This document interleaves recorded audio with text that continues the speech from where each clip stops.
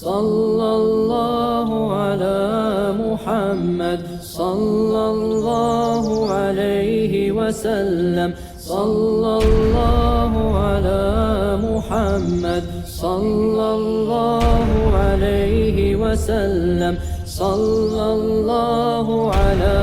محمد صلی اللہ علیہ وسلم۔ بسم اللہ الرحمن الرحیم۔ قصیدہ بردہ شریف کی چھٹی فصل ہے فی ذکر شرف القرآن، شعر نمبر 97 اور 98 میں خوش آمدید۔ آج کے ان دو اشعار کے اندر بھی قرآن مجید کے عجائبات ذکر کیے جائیں گے۔ حضرت ناظم رحمہ اللہ تعالیٰ فرماتے ہیں لہا معان کموج البحر فی مدد وفوق جوہرہ فی الحسن والقیم فلا تعد ولا تحصى عجائبها ولا تسام علی الاکثار بالسآم۔ ترجمہ دیکھ لیں۔ قرآن مجید کے معانی کثرت اور اضافے میں سمندر کی لہروں کی طرح ہیں اور خوبصورتی اور قیمت میں سمندر کے گوہر سے فوقیت رکھتے ہیں۔ قرآن مجید کے عجائبات نہ تو گنے جا سکتے ہیں اور نہ ہی شمار کیے جا سکتے ہیں، اور قرآن مجید کی آیات کثرت سے تلاوت کرنے کے باوجود طبیعت اس سے اکتاتی نہیں ہے۔ ایک ایک لفظ کا ترجمہ دیکھ لیں۔ لام لیے، ہا اس، یعنی اس قرآن مجید کے لیے، معانی یہ معنی کی جمع ہے، یعنی قرآن مجید کے ایسے معانی ہیں۔ کاف جیسا کہ، موج، موج کہتے ہیں لہر کو،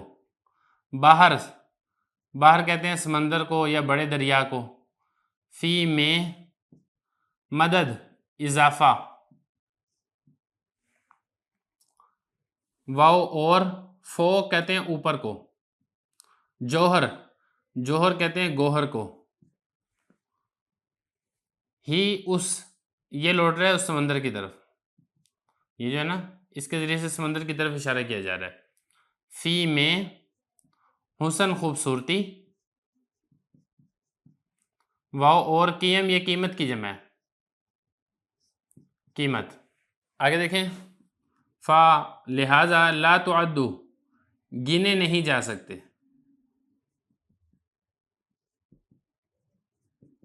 واو اور لا تحصا شمار نہیں ہو سکتے۔ معنی دونوں کا ایک ہی ہے، گنا نہیں جانا یا شمار نہیں ہونا۔ عجائب یہ عجیب کی جمع ہے، ہا اس یعنی قرآن مجید، اس قرآن مجید کی طرف اشارہ ہو رہا ہے، یعنی قرآن مجید کے جو عجائبات ہیں اور قرآن مجید کے الفاظ کے اندر، کلام کے اندر جو ندرت اور انوکھا پن ہے، فصاحت و بلاغت ہے اور بے شمار معانی ہیں، یہ گنے نہیں جا سکتے، شمار نہیں ہو سکتے۔ واو اور لا تسامو متصف نہیں ہوتا، الا باوجود، اکثار کثرت سے پڑھنا یا کثرت سے تلاوت کرنا، سام اکتاہٹ۔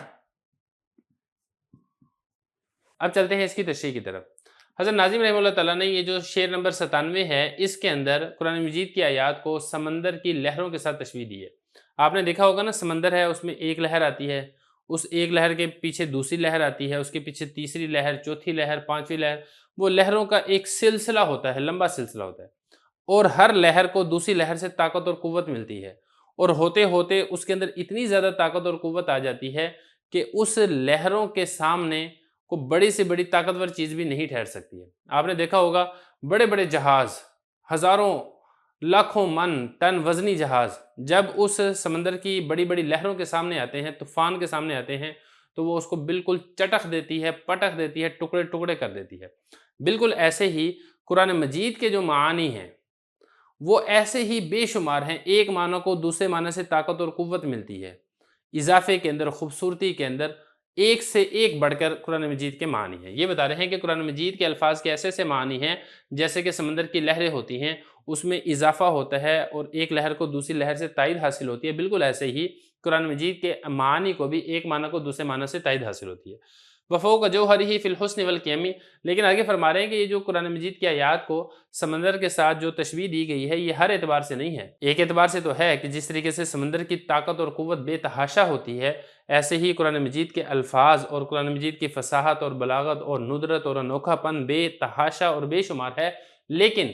حسن کے اندر، خوبصورتی کے اندر، قدر و قیمت، مقام اور مرتبے کے اندر سمندر کا یا بڑے دریا کا اور قرآن مجید کا کوئی مقابلہ، کوئی جوڑ اور کوئی موازنہ نہیں بنتا ہے۔ قرآن مجید اس کا جو گوہر، اس کا جو جوہر ہے، یہ سمندر کی جتنی بھی قیمتی چیزیں، آپ نے دیکھا ہوگا سمندر سے بے تحاشا اور قیمتی چیزیں نکلتی ہیں، اس میں سے بڑی بڑی مہنگی مچھلیاں نکلتی ہیں، دوسری مخلوقات نکلتی ہیں، موتی نکلتے ہیں، سیپیاں نکلتی ہیں، زیورات نکلتے ہیں، انوکھی انوکھی جڑی بوٹیاں نکلتی ہیں۔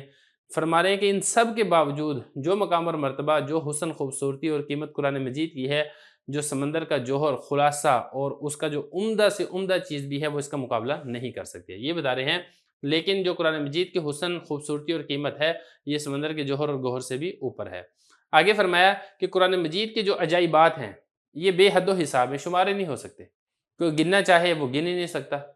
کوئی شمار کرنا چاہے وہ شمار نہیں کر سکتا۔ اس کی فصاحت کو نہیں شمار کر سکتے ہیں، اس کے بلاغت کو شمار نہیں کر سکتے ہیں، اس کے الفاظ کو لانے کا طریقہ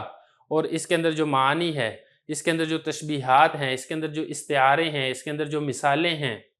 یہ بے حد و بے شمار ہیں، اس کو شمار نہیں کیا جا سکتا۔ یہ فرمایا کہ قرآن مجید کے جو عجائبات ہیں یہ گنے نہیں جا سکتے، یہ شمار نہیں کیے جا سکتے۔ پھر اس کے بعد ایک اور بڑی صفت ہے جو صرف قرآن مجید کے ساتھ ہی خاص ہے کہ کوئی بھی آپ کتاب پڑھیں نا، آپ ایک مرتبہ پڑھیں گے، دو مرتبہ پڑھیں گے، تیسری مرتبہ آپ کو اکتاہٹ ہو جائے گی، لیکن قرآن مجید اللہ تعالیٰ کی ایسی کتاب ہے آپ اس کو کثرت کے ساتھ پڑھتے رہیں،